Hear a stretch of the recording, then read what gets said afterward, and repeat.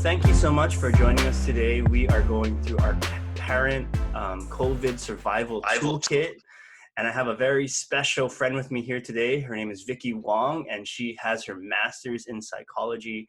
She's a counselor at the New Hope Counseling Center, and she specializes in family therapy, marriage and family therapy, and also mental health.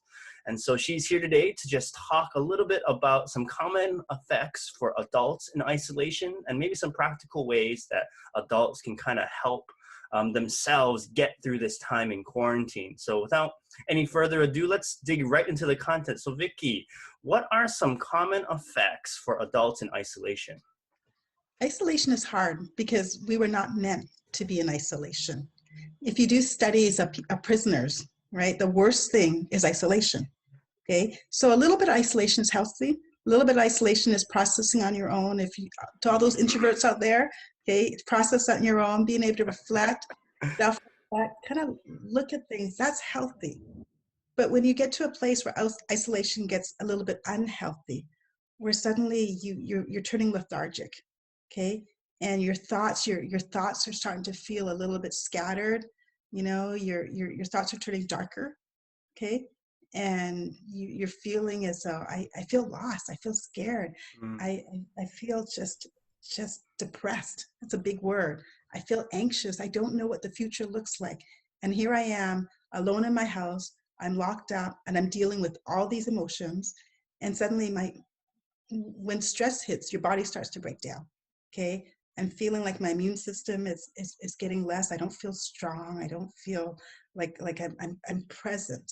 Okay, that's isolation. That's isolation, and my moods are either angry or sad or scattered, or I don't know what I'm feeling. Turning numb. Okay, those are times of isolation where you're hitting a place where it's not healthy anymore. Wow, yeah, those are very real emotions, very real outcomes of isolation. And I feel like in this time when we're forced to be isolated, it's not even we're doing it on our own volition or our own accord, but as adults, as individuals, we want to maybe look out for those signs, those few signs, kind of indicators. Okay, I think this isolation is affecting me more than it should. And if you're watching this video, you're probably thinking about some of those things already. But Vicky, what are some practical advice for these adults who might be dealing with some of these isolation issues, and common effects? What are some things they can do to help themselves? Well, I think the key is that you have to look at yourself mentally, emotionally, and physically. So mentally, where am I? What am I thinking? What are my thoughts like? Am I able to make a decision? Am I feeling lethargic? And if I'm feeling that, then you want to do some self-care activities. Okay, for you, it could be just talking with somebody, connecting with somebody. You know, I know that we spend a lot of time with God alone now because it's our alone time. But we all need God in human forms. We all need somebody to say, hey, you know, can we talk? Can we break? Can we spend some time together? Maybe through the internet, through Zoom, as you and I are doing now, you know, through FaceTime. But I just need somebody to connect with me because I'm not sure mentally what's going on in my head because I'm under so much stress. Okay, then you look at yourself spiritually. Where am I spiritually? What do I need? Do I feel close to the Lord? Okay, so having that, so that face-to-face interaction, as we're doing now, but also your self-care activities are huge. Okay, I started exercising. You'd be proud of me. I actually found online exercising programs. Right, I did 6 minutes of cardio. Like, oh, that's enough, right? Hey, that's a lot. But just like self-care is hugely important right now. So doing some, if you look outside, people are going for walks. Go for a walk right now and just walk, jog. Terry, my husband, is jogging a lot now. He's running. And we need that. Your self-care activities could be in isolation. This is really bad. Women and men, you don't shower anymore. You don't clean yourself. You don't. And so like showering, getting yourself up, making yourself feel good, changing out of your pajamas, dressing up.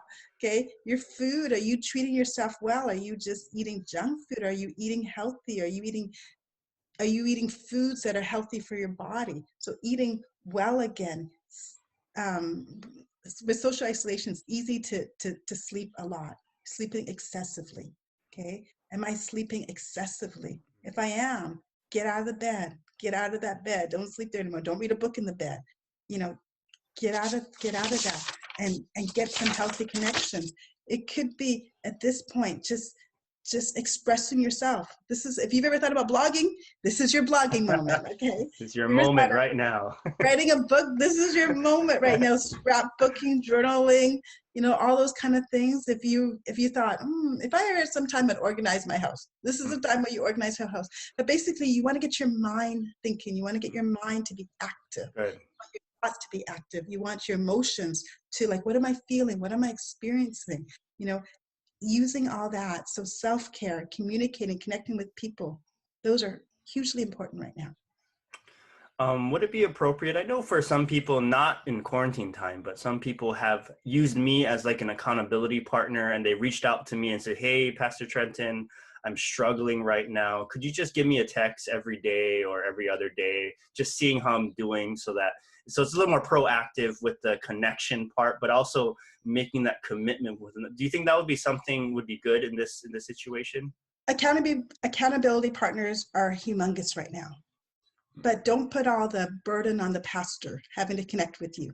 If you want to connect with your accountability partner, say, "Hey, Pastor Trenton, can I connect with you? Can I send you a text every day or two? Can I just reach out to you?" So that the responsibility goes on you. So that I need to, accountability partners right now, people that you can be honest with, that you can share. Men have a hard time sharing emotions, so talk about the event. I'm going through this, and so because of this, I feel this. And I just need to connect with you. I need you to pray with me. So putting the accountability back on you as the individual, and you reach out. Several people is good, but you got to make sure that you have a lot of accountability partners right now. Right now I have 3, and they're my lifeline. That's good. Wow. Well, thank you so much, Vicki. This has been a great talk. I think you added a lot of value to this conversation, and kind of pointing out some of those common effects, but also some practical advice for self-care and to make sure that we're taking care of ourselves in this time when we're on lockdown, when we can't really go outside that much. So I really appreciate that, Vicki. Thank you so much. And for viewers out there, thank you so much for joining us today. I pray that you got something out of this, and that maybe you can start doing some of those activities, those hobbies, some self-activities, self-care activities, and just getting yourself out of your pajamas and doing something, productive. I think that was an overall view for me listening to this conversation. Well, thank you so much and have a great day.